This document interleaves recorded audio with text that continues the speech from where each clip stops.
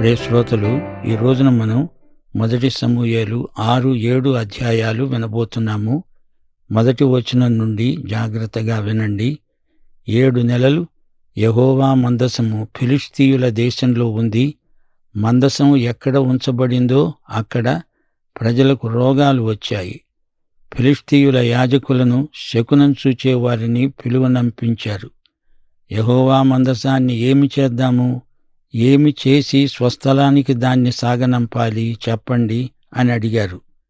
మేము ఈ బాధల నుండి తప్పించుకునే ఉపాయం చెప్పండి. యాజకులారా, ఈ మందసాన్ని సాగనంపడానికి మీరే ఒక కార్యక్రమం రూపొందించండి.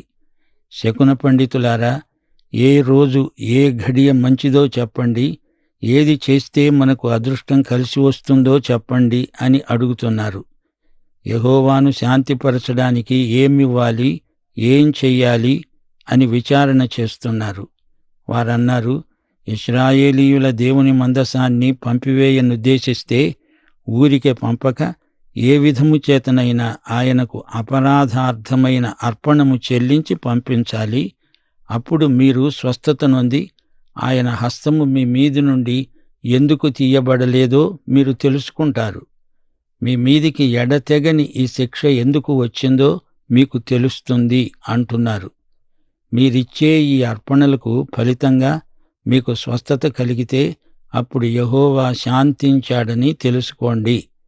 మీ అందరి మీద, మీ సర్దారులందరి మీద ఉన్న తెగులు ఒక్కటే. 5 బంగారు గడ్డల రూపములను 5 బంగారు పందికొక్కులను చెల్లించాలి. రోగమేదో దాని రూపాన్నే బంగారంతో చేయించి అర్పించాలి. అన్యుల దేవతలకు ఆయా రోగాల పేర్లే ఉంటాయి.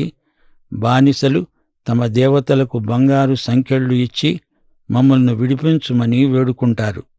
మీకు కలిగిన గడ్డలుగాను భూమిని పాడుచేసే పందికొక్కులుగాను నిరూపించబడిన గడ్డలను చుంచులను చేసి పంపించి ఇశ్రాయేలీయుల దేవునికి మహిమ చెల్లించాలి. అప్పుడు మీ మీద, మీ దేవతల మీద, మీ భూమి మీద భారముగా ఉన్న తన హస్తమును ఆయన తీసివేస్తాడు కాబోలు. చుంచెలుకలు పంటలు పాడు చేస్తాయి. ఈ చుంచెలుకలు పూర్వం యుద్ధ శిబిరాల్లోకి జొరబడి వారి ధనుస్సుల త్రాళ్లను తెగగురికి వేసేవి. ఈజిప్టు దేవత హెఫెస్టసు విగ్రహం చేతిలో చుంచెలుక ఉన్నట్లు చూపబడింది. స్వస్థత దేవత చేతిలో చుంచెలుక ఉండడం విశేషం. అన్యదేవతా పూజను యెహోవాకు ప్రయోగిస్తున్నారు. ఇది హాస్యాస్పదం. వీరి సలహా ఎలా ఉందో చూడండి. ఈజిప్టు దేశీయులు ఫరో తమ హృదయాలను కఠినపరుచుకున్నట్లు మీ హృదయాలను మీరెందుకు కఠినపరుచుకుంటారు? ఆయన వారిలో అద్భుత కార్యాలు చేయగా వారు ఈ జనులను పోనిచ్చారు. ఇశ్రాయేలీయులు వెళ్ళిపోయారు గదా. వీరికి చరిత్ర పరిజ్ఞానం ఉంది గాని చరిత్రకు దేవుడైన యెహోవాను సరిగా గ్రహించలేకపోయారు. మీరు కొత్త బండి ఒకటి చేయించి కాడి మోయని పాడి ఆవులను 2 తోలి తెచ్చి బండికి కట్టి వాటి దూడలను ఇంటికి తోలి యెహోవా మందసాన్ని ఆ బండి మీదికి ఎత్తి ఒక చిన్న పెట్టెలో అర్పణములను ఉంచి దానిని మార్గమున విడిచిపెట్టండి. బెత్షెమెషు మార్గాన అది ఈ దేశపు సరిహద్దు దాటితే ఈ గొప్ప కీడు యెహోవాయే మనకు చేశాడని రుజువవుతుంది. లేకపోతే ఇదంతా మన దురదృష్టం మాత్రమే అని తెలిసిపోతుంది. చూచారా శ్రోతలు, అది కొత్త బండి. దానికి కట్టిన పాడి ఆవులు 2. అవి ఎన్నడూ కాడి మొయ్యనివి, అంతకుముందు ఎవరూ వాడనివి దేవునికి ఇవ్వాలి అని వారికి తెలుసు. ఒకసారి యేసు ప్రభువు మార్కు సువార్త 11వ అధ్యాయం 2వ వచనంలో అన్నమాట మనకు జ్ఞాపకం వస్తోంది. మీ ఎదట ఉన్న గ్రామానికి వెళ్ళండి. అందులో మీరు ప్రవేశింపగానే కట్టబడి ఉన్న ఒక గాడిద పిల్ల కనపడుతుంది. దానిమీద ఏ మనుష్యుడు ఎప్పుడూ కూర్చుండలేదు. మీరు దానిని విప్పి తోలుకొని రండి. సరే, వారు అలాగే చేశారు. 2 పాడి ఆవులను బండికి కట్టారు. వాటి దూడలను మాత్రం ఇంటిలోపలే ఉంచారు. ఆ ఆవులు రాజమార్గాన చక్కగా వెడుతూ అరుస్తూ బెత్షెమెషు మార్గంలో నడిచాయి. ఫిలిష్తీ సర్దారులు ఆ బండి వెంటే బెత్షెమెషు సరిహద్దు వరకు వెళ్లారు.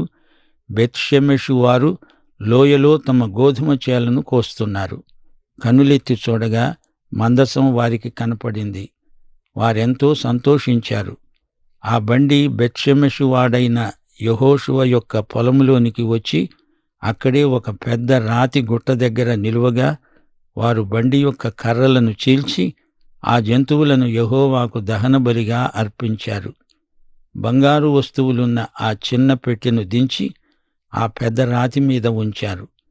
ఈ బలి కార్యక్రమమంతా చూచి 5 ఫిలిష్తీ సర్దారులు నాడే ఎక్రోనుకు తిరిగి వెళ్ళారు. వీరు ఆ మందసాన్నే దేవుడు అనుకున్నారు. బెత్షెమెషు అంటే సూర్యగృహం అనే అర్థం. అక్కడ విగ్రహారాధన ముమ్మురంగా జరుగుతుంది. అయితే బెత్షెమెషు ఇప్పుడు ఇశ్రాయేలీయుల స్వాధీనంలో ఉంది. ఎక్రోనుకు దగ్గరగా ఉంది. బెత్షెమెషులో లేవీయులు ఈ బలి కార్యక్రమం నిర్వహించారు. ఫిలిష్తీయుల అపరాధార్పణగా 5 బంగారు గడ్డలు తెచ్చి చిన్న పెట్టెలో పెట్టారన్నాము గదా. అష్డోదు, గాజా, అష్కెలోను, గాతు, ఎక్రోను ఒక్కొక్క ప్రాంతానికి ఒక్కొక్క బంగారు గడ్డ అందులో పెట్టారు. 5 సర్దారులు తలా ఒక పందికొక్కును బంగారంతో చేయించుకుని తెచ్చి అందులో పెట్టారు. పెద్ద రాతి మీద దాన్ని ఉంచారు. ఆ రాయి సాక్ష్యార్థంగా నిలిచిపోయింది. బెత్షెమెషు వారు మందసాన్ని తెరిచి చూడగా దేవుడు వారిని హతం చేసి ఆ జనులలో 50,070 మందిని మొత్తాడు. ఆ గొప్ప దెబ్బకు అనేకులు దుఃఖాక్రాంతులయ్యారు. మందసాన్ని తెరతో కప్పకుండా నిర్లక్ష్యంగా అందులోకి తొంగి చూడడం అపచారం. అప్పుడు బెత్షెమెషు వారు ప్రార్థించారు, పరిశుద్ధ దేవుడవైన యెహోవా సన్నిధిని ఎవరు నిలువగలరు? మన వద్ద నుండి ఆయన ఎవరి వద్దకు పోవాలి? వారు కిర్యత్యారీము కాపురస్తులకు దూతలను పంపి చెప్పారు, ఫిలిష్తీయులు యెహోవా మందసాన్ని మరల తీసుకువచ్చారు.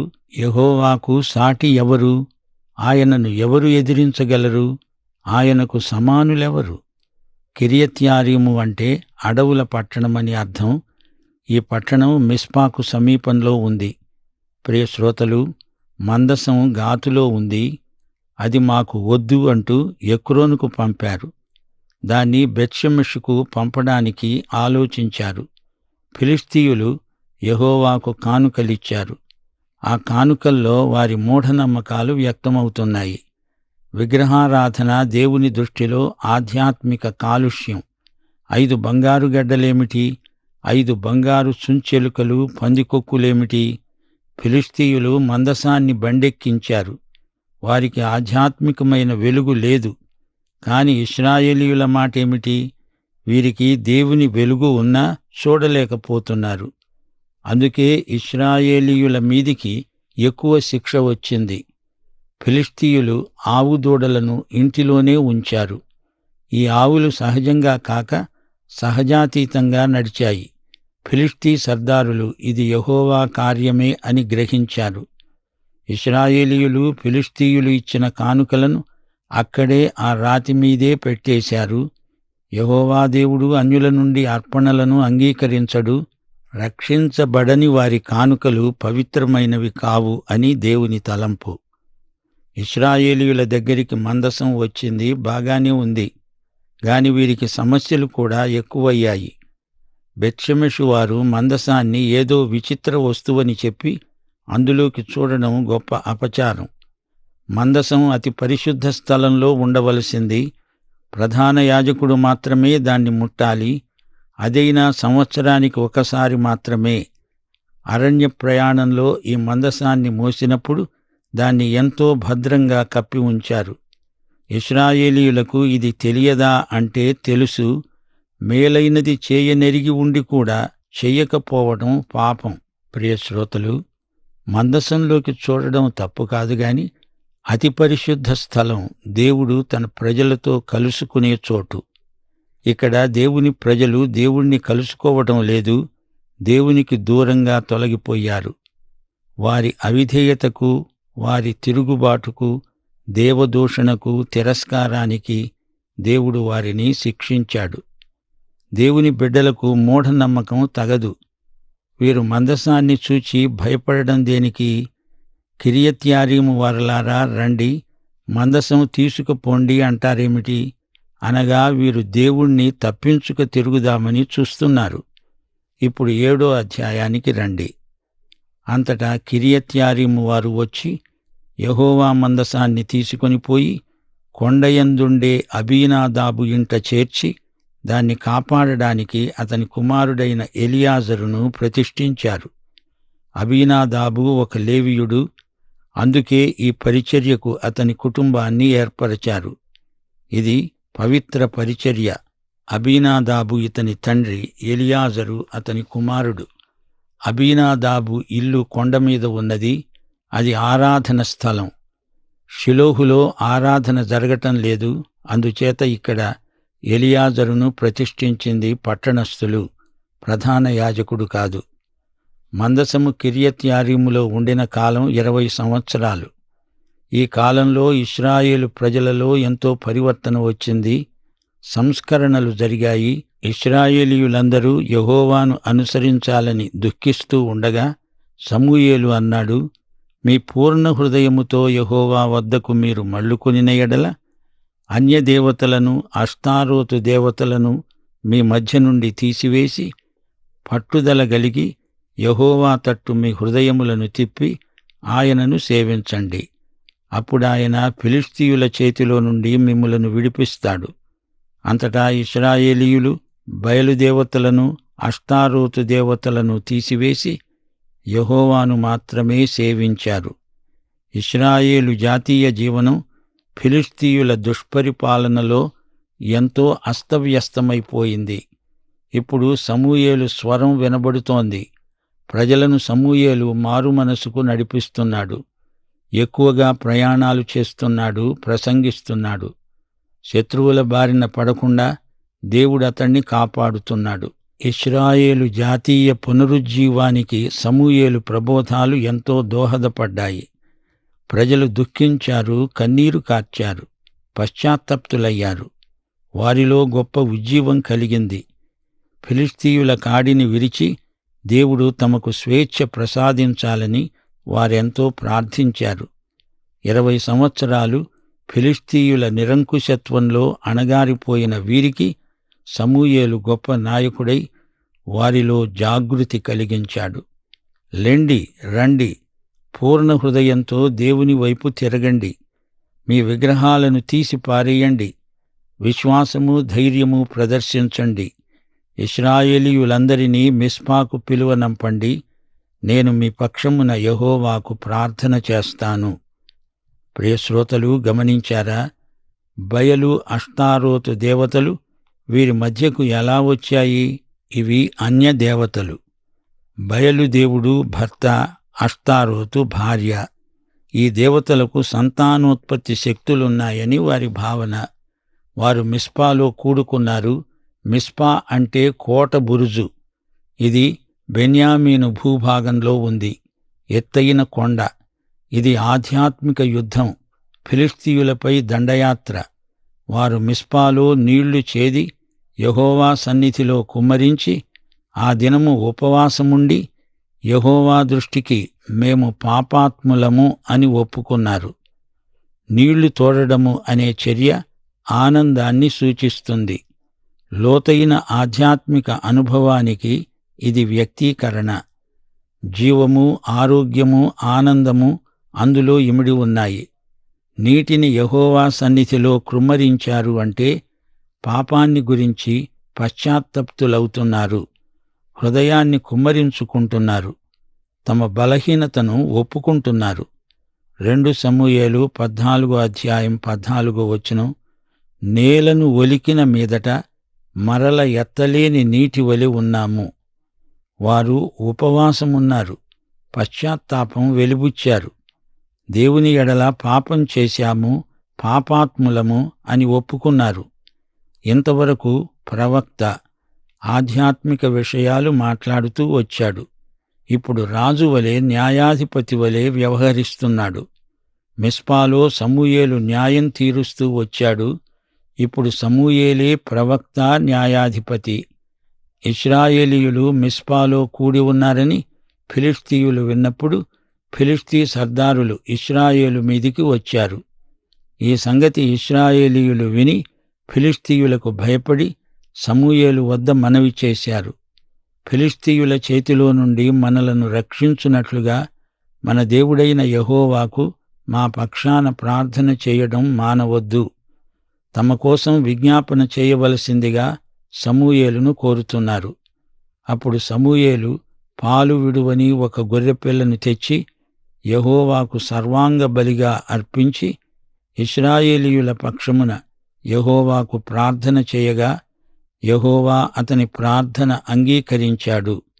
ఇక్కడ సమూయేలు యాజక పరిచర్య చేస్తున్నాడు. వారి పక్షాన విజ్ఞాపన చేస్తున్నాడు. ప్రాయశ్చిత్తం జరిగిస్తున్నాడు.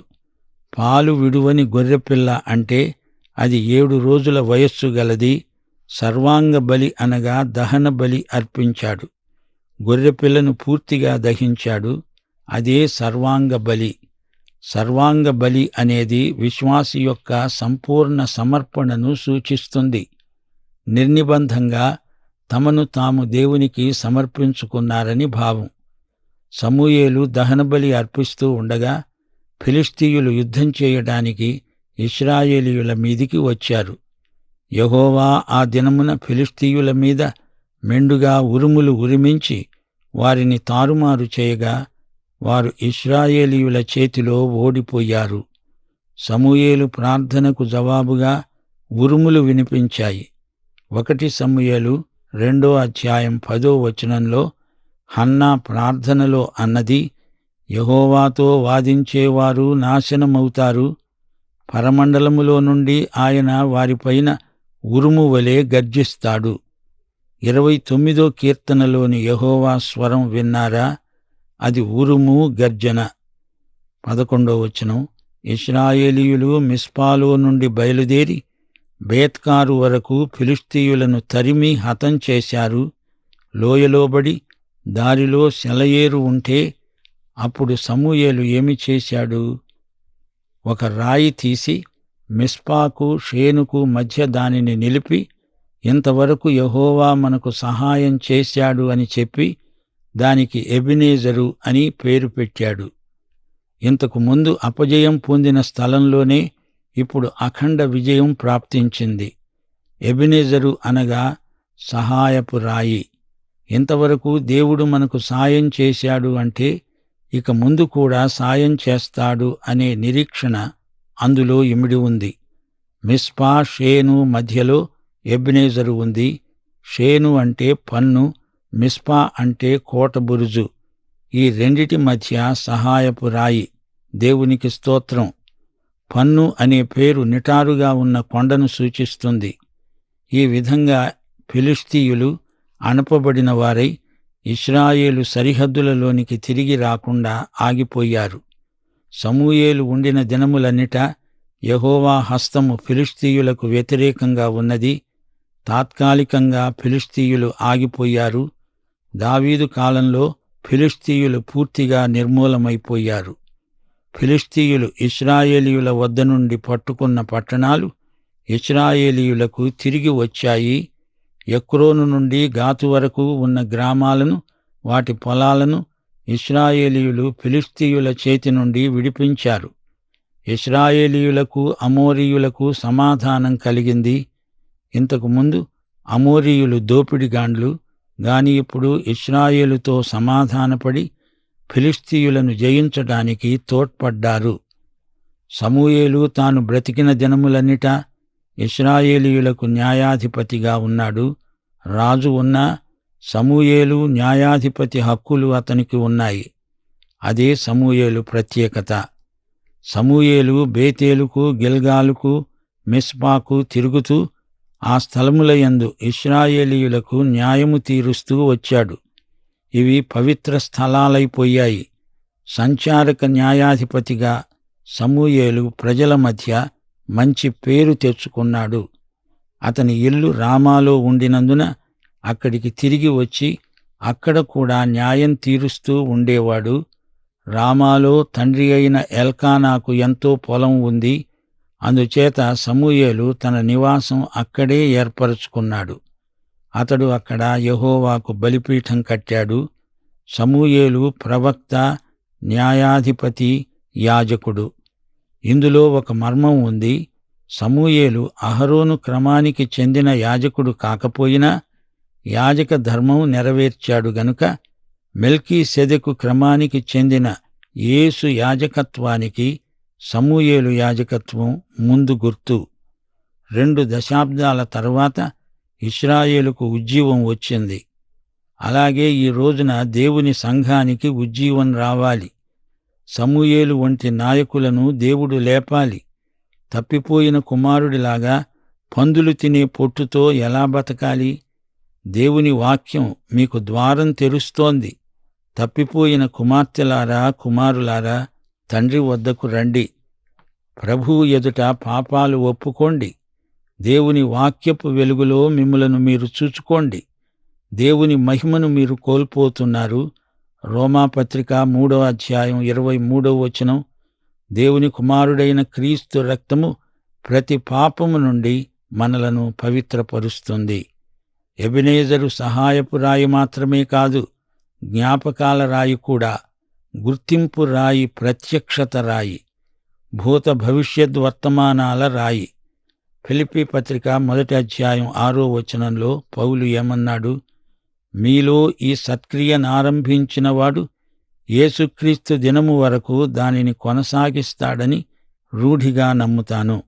దేవుడు గొప్పవాడు, మంచివాడు, నిన్న నేడు సదాకాలం మనకు సాయమై ఉన్నాడు. సోదరుడా, సోదరి, నీకు ఎబెనేజరు రాయి ఉందా? ప్రభు అయిన యేసుక్రీస్తు వారి కృప సదాకాలము మీకందరికీ తోడై ఉండునుగాక. ఆమేన్.